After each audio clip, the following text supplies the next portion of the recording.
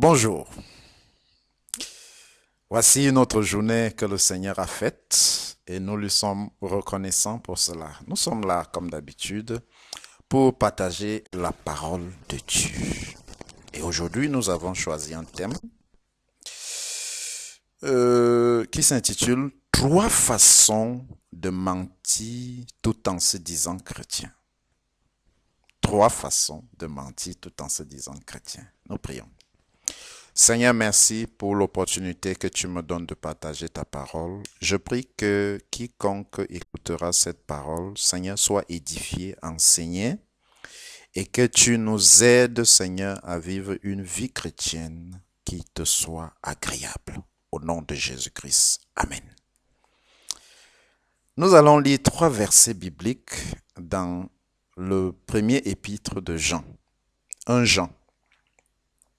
Et tous les trois versets bibliques, vous allez le constater, contiennent tous le verbe mentir. Je rappelle que Jean écrit aux chrétiens, puisque au chapitre 5, à partir du verset 12, il dit « Je vous ai écrit ces choses afin que vous sachiez que vous avez la vie éternelle, vous qui croyez au nom du Fils de Dieu. » Alors, ce qui veut dire que Jean écrit aux enfants de Dieu, il écrit à ceux-là qui ont accepté le Seigneur Jésus-Christ. En d'autres termes, à ceux qui s'appellent chrétiens. Il est important, entre parenthèses, de savoir que le mot chrétien s'applique à ceux qui marchent comme Jésus-Christ. Parce que la Bible dit dans Actes chapitre 11 que c'est à Antioche que pour la première fois, les disciples ont été appelés chrétiens. Pourquoi? Parce que on a vu leur manière de vivre. Ils vivaient et marchaient comme Jésus-Christ. Alors, quiconque porte le nom chrétien est supposé vivre selon les enseignements de Christ. Et il est donc possible que certaines personnes, soit par ignorance ou consciemment, puissent mentir tout en portant ce nom. Certains le font sans le savoir. Et la lecture de ces trois versets et les commentaires que je vais faire par la grâce de Dieu vont nous aider à comprendre et à nous interroger. Certains pourront comprendre que leur vie n'a pas toujours été en accord avec ce thème chrétien. Le premier verset se trouve dans 1 Jean chapitre 1 verset 6. Si nous disons que nous sommes en communion avec lui et que nous marchions dans les ténèbres, nous mentons et nous ne pratiquons pas la vérité. Alors, la parole de Dieu nous dit que si il arrive qu'une personne se dise chrétien et qu'il marche dans les ténèbres, il ment. Son christianisme est un mensonge. Je suis content parce que ce n'est pas moi qui le dis, c'est la Bible qui le dit. Et peut-être certaines personnes n'ont jamais écouté ce verset, n'ont jamais lu, mais aujourd'hui, par la grâce de Dieu, vous pouvez l'écouter. Dieu dit que si moi, je prétends être chrétien, quelle que soit l'église que je fréquente, même si je suis déjà baptisé, Dieu dit que si je marche dans les ténèbres, je suis un menteur et il ne pourra jamais valider mon christianisme. Les ténèbres sont souvent associées à ce qui est mal. Alors, je peux donc dire en des termes plus clairs que si une personne qui se prétend chrétienne, marche consciemment dans les ténèbres, c'est-à-dire fait consciemment du mal aux autres, il est un menteur. Il est tout sauf chrétien. Savez-vous, chers amis, qu'il y a des gens aujourd'hui qui s'appellent chrétiens, qui sont baptisés, mais qui font le mal à leur prochain.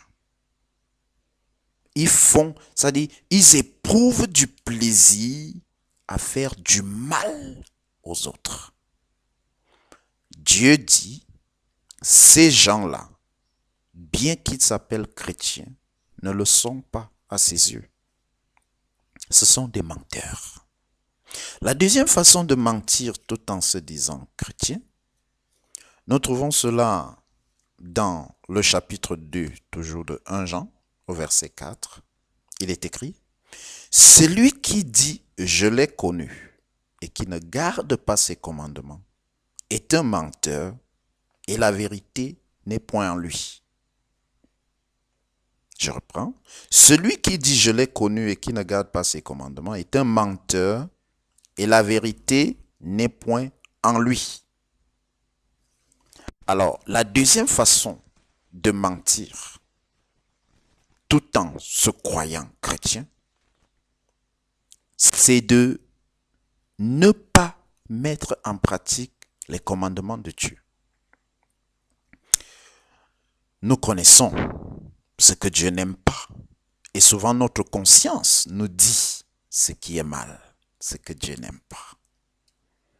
Par exemple, dans les 10 commandements, il est écrit, tu ne commettras point d'adultère. Par exemple, dans les 10 commandements, il est écrit, tu ne voleras point.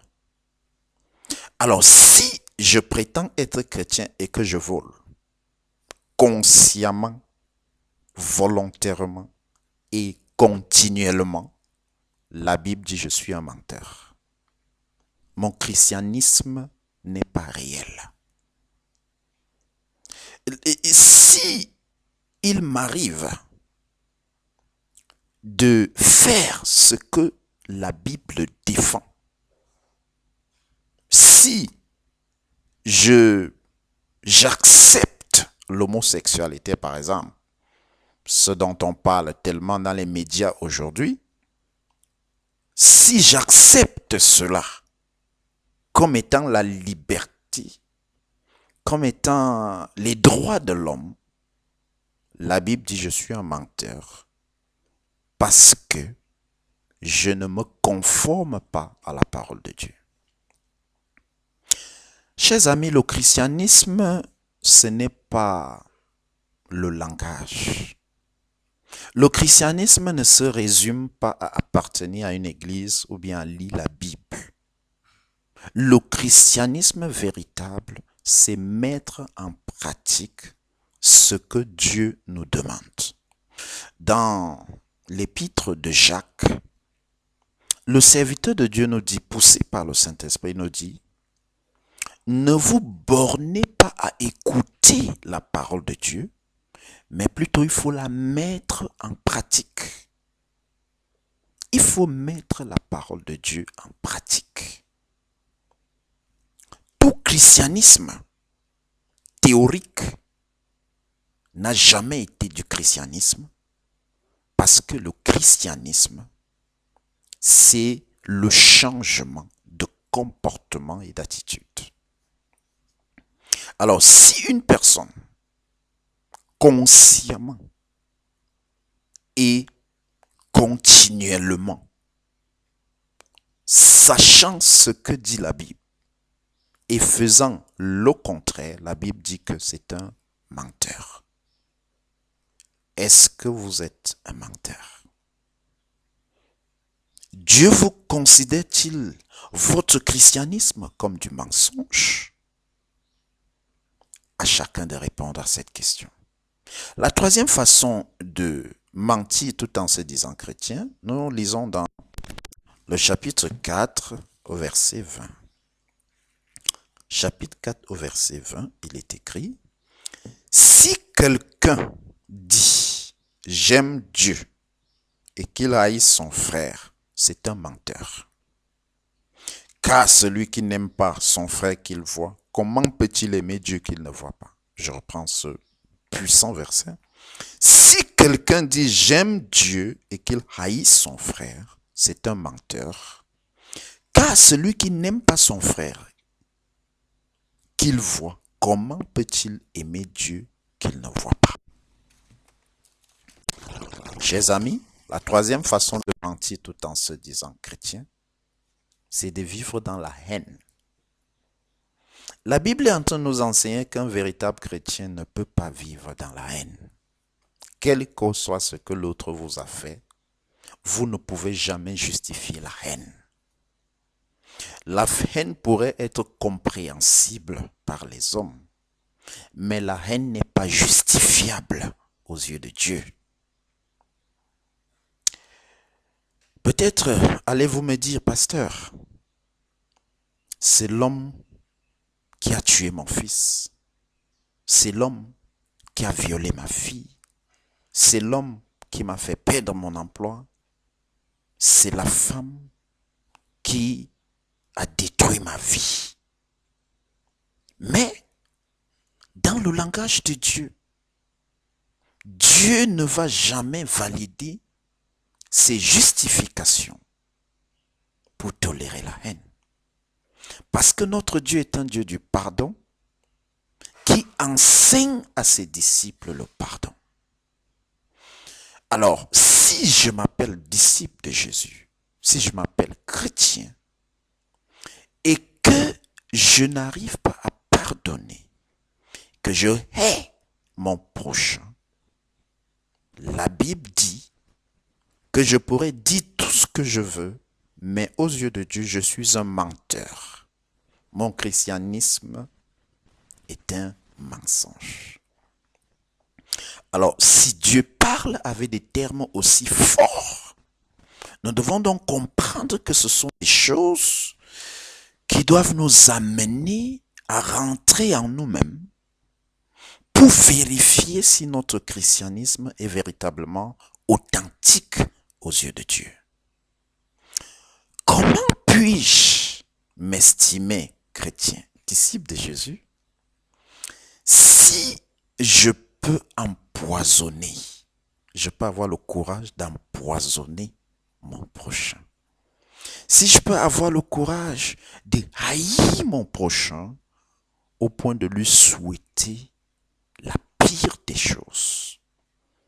La haine n'est pas de Dieu et Dieu ne peut pas accepter la haine dans le cœur de celui qui prétend être son enfant. Dieu ne va accepter que les choses qu'il approuve dans la vie de ceux qui veulent être ses disciples. Chers amis, est-ce que votre religion ou bien votre culture ou bien votre environnement vous a fait croire que la haine c'était quelque chose à encourager? Aujourd'hui, la parole de Dieu vous dit la haine n'est pas du tout à encourager parce que Dieu n'est pas un Dieu de haine. Nous parlons dans notre pays, au Cameroun, je suis camerounais. Aujourd'hui, nous sommes victimes, la population camerounaise est victime de la haine de certaines personnes qui pensent servir Dieu, mais qui sont dans l'erreur. Dieu n'est pas un terroriste et quelqu'un qui prétend être son enfant ne saurait être terroriste.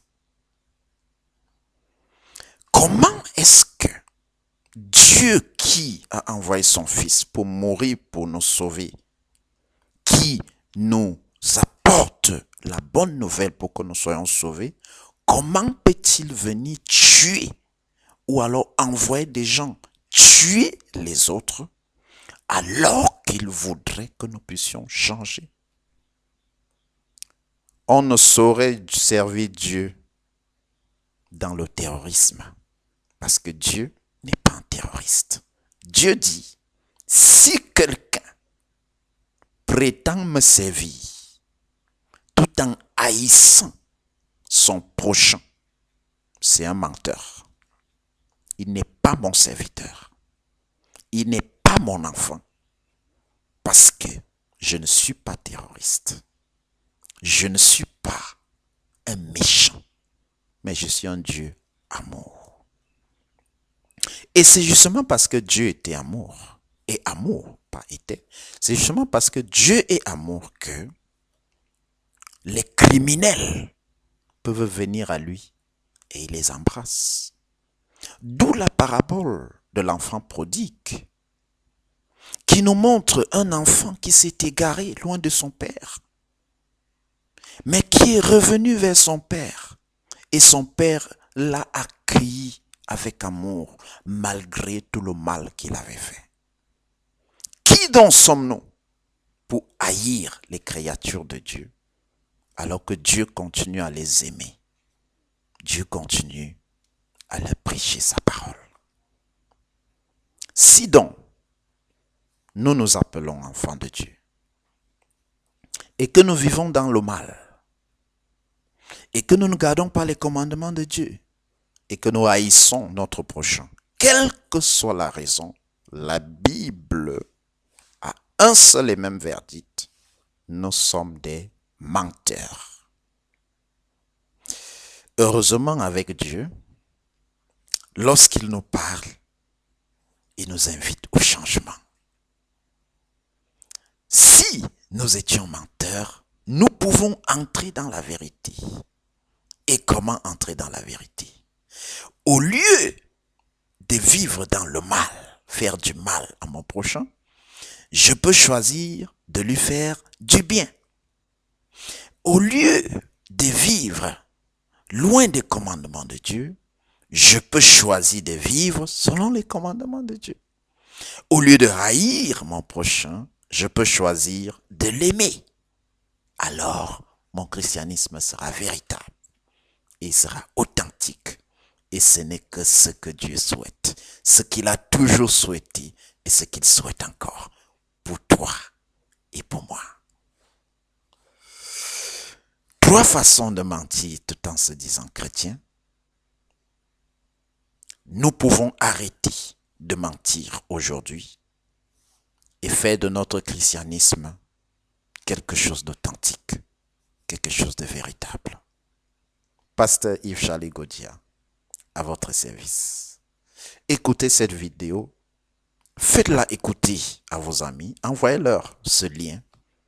Et peut-être, s'ils étaient dans le mensonge sans le savoir, peut-être Dieu pourra les éclairer pour qu'ils puissent entrer véritablement dans le christianisme que le Seigneur demande. Que le Seigneur vous bénisse. À la prochaine pour une nouvelle vidéo. Bye bye.